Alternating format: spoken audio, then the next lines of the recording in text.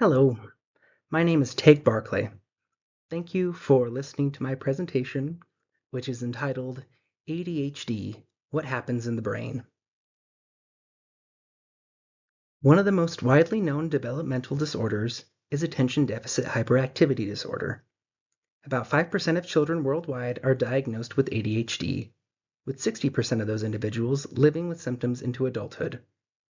However, while ADHD is found in a decent proportion of children and adults and has gotten a lot of publicity, it remains fundamentally misunderstood by much of the general population. As someone who was diagnosed with ADHD in my adulthood, I have been interested in learning more about this disorder, how the ADHD brain differs from the neurotypical brain, and how to impart this information to others. Murray found that adults who present with symptoms of ADHD but lack a formal diagnosis reported a much lower quality of life than adults who received an official diagnosis and subsequent pharmacological treatment. One of the primary factors in not seeking a diagnosis was the stigma surrounding ADHD. This highlights the importance of presenting impartial research to help reduce the negative cultural preconceptions around this disorder. In this presentation, the relationships between the symptoms of attention deficit hyperactivity disorder, various brain regions and functions, and our societal impressions of this disorder will be evaluated in order to provide a clearer picture of ADHD to those who are diagnosed with it and to promote empathy and understanding in those who are not. So what is ADHD? Attention deficit hyperactivity disorder, or ADHD, is a disorder in which an individual struggles with inattentiveness, hyperactivity, and impulsivity to a point where it negatively interferes with everyday life. Inattentiveness is characterized by the inability to hold one's focus on important details or instructions. Hyperactivity refers to restlessness, while impulsivity includes a lack of patience or a tendency to make hasty or thoughtless decisions. It is common for people with ADHD to exhibit a mix of these symptoms, but it is also found that inattentiveness or hyperactivity/impulsiveness can be more prominent in many individuals. Because of these symptoms, those with ADHD often struggle with executive function. Executive function is the collection of mental mechanisms that enable individuals to address everyday tasks by planning, setting goals, and executing decisions. Cerruti and Marzocchi found that ADHD symptoms and impairments in executive function were significantly correlated. Those high in inattentiveness were particularly prone to having difficulties with working memory and task shifting at home and school.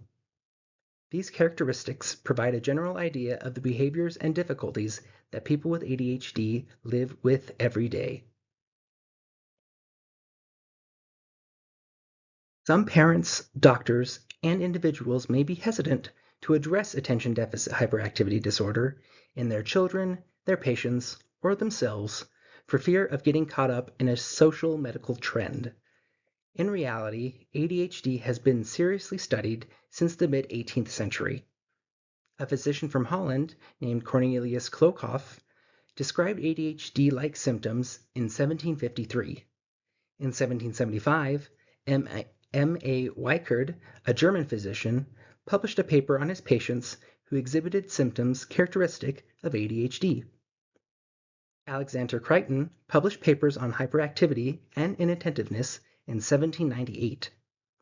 Moving forward to the early 1900s, George Still brought the understanding of this disorder to the mainstream medical community, while Carl Jung's understanding of what he called chronic mania encompasses much of how we view ADHD today. The disorder was finally included in the third edition of the DSM in 1980 under the name Attention Deficit Disorder, or ADD. In 1987, it received its current distinction as Attention Deficit Hyperactivity Disorder. While ADHD or its symptoms have been observed for centuries, there remain many misconceptions about this disorder. Hasty judgments in character, negative self-image, and ignorance about how ADHD manifests within the brain can all lead to ill-informed conclusions about attention deficit hyperactivity disorder. To begin diving into the neurological differences of individuals with attention deficit hyperactivity disorder, I am going to start by briefly covering the basic function of the prefrontal cortex. While situated near regions of the brain that control movement and behavior, the prefrontal cortex is associated with planning, creating strategies, considering the future, and thinking of upcoming steps in achieving a goal. It is arguably one of the most important parts of the human brain that sets us apart from other animals. As such, it can be easy to understand that if issues arise in the prefrontal cortex, problems in daily life would follow. Lee et al. Found that when they conducted an intelligence test on children, those with attention deficit hyperactivity disorder showed slower processing speeds, which was expected. However, through functional near-infrared spectroscopy, they found that children with ADHD had lower activity in the prefrontal cortex, as evidenced by a decrease in oxygenated hemoglobin in that region. This illustrates how the prefrontal cortex functions differently in individuals with ADHD.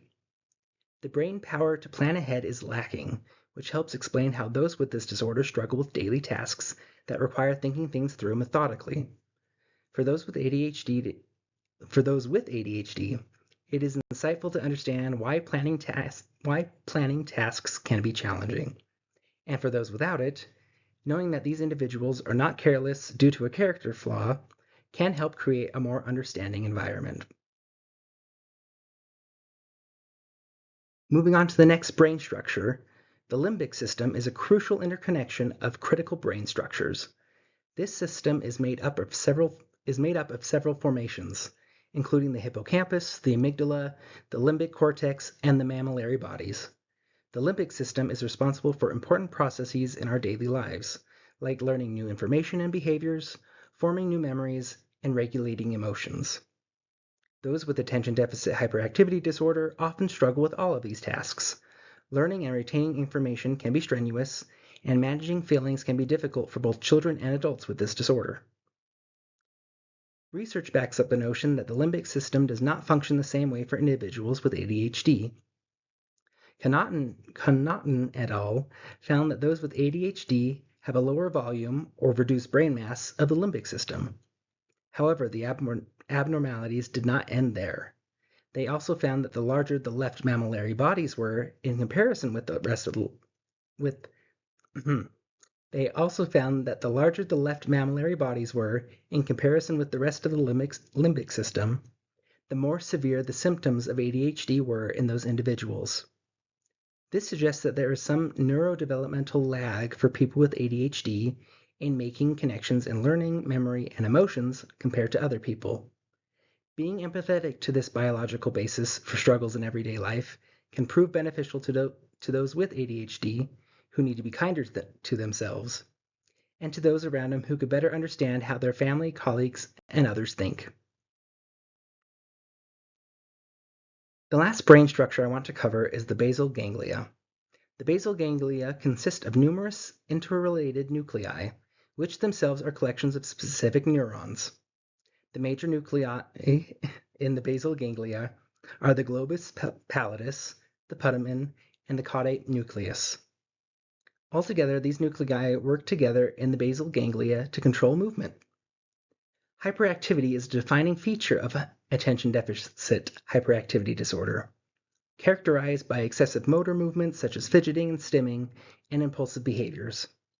If this region of the brain were abnormal, it would stand to reason that there would be implications for motor behaviors and impulse control. Studies have suggested just that.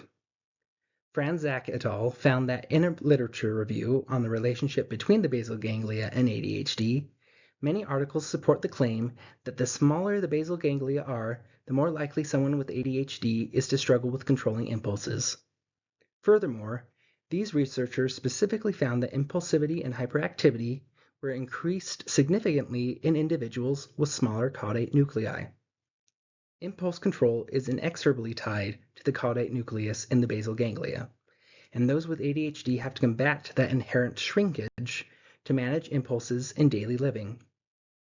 Knowing that they have to overcome biology to perform basic tasks should allow some leeway to be given, both by themselves and those around them.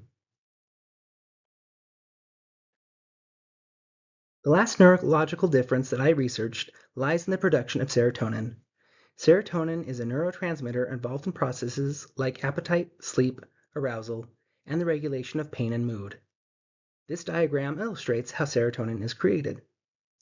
The production of serotonin begins when the amino acid tryptophan is acted upon by the enzyme tryptophan hydroxylase, which produces 5-hydroxytryptophan, or 5-HTP. 5-HTP is then converted to serotonin, or 5-HT, by 5-HTP decarboxylase, another enzyme. Those with attention deficit hyperactivity disorder struggle to regulate mood and arousal, so dysfunction in the production of serotonin could be a factor in their symptoms. Jackson et al. Reviewed numerous studies that found that individuals with ADHD have reduced levels of serotonin in their blood compared to those without this disorder, which could either contribute to or exacerbate presenting symptoms. Furthermore, a majority of studies that looked at serotonin production found that elevated levels of tryptophan were present in blood samples from people with ADHD. This suggests that the reduction in serotonin is due to a problem in the conversion of tryptophan to 5-HTP. Lacking this crucial neurotransmitter, people with ADHD must work harder to manage their mood and their arousal level, which is the energy needed to pay attention. A failure to regulate often leads to frustration for themselves and the people in their daily lives.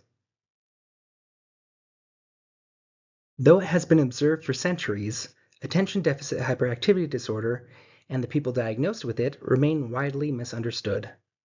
ADHD is not the result of a deficient moral character, but the product of the interaction of numerous alterations in the brain, including in the prefrontal cortex, the limbic system, the basal ganglia, and the production of serotonin. It is crucial to understand these differences in the ADHD brain to better understand the disorder. People with ADHD have to battle the public and internal image that they are lazy, unintelligent, and uncaring. Their mental struggles make it difficult to integrate with modern life. Life could be significantly improved for those with an ADHD if they and those around them were more knowledgeable about how very real biological differences, and not lapses in character, were primarily responsible for presenting symptoms. Lasting treatment, improved self-image, and societal acceptance all rest on a foundation of empathy and neurological knowledge. All right, I want to thank you for listening to my presentation. I'm going to flip through my references briefly just so we can see them there. Again, I appreciate all the time for listening to this presentation. And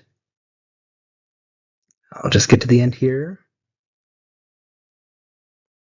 And thank you one last time.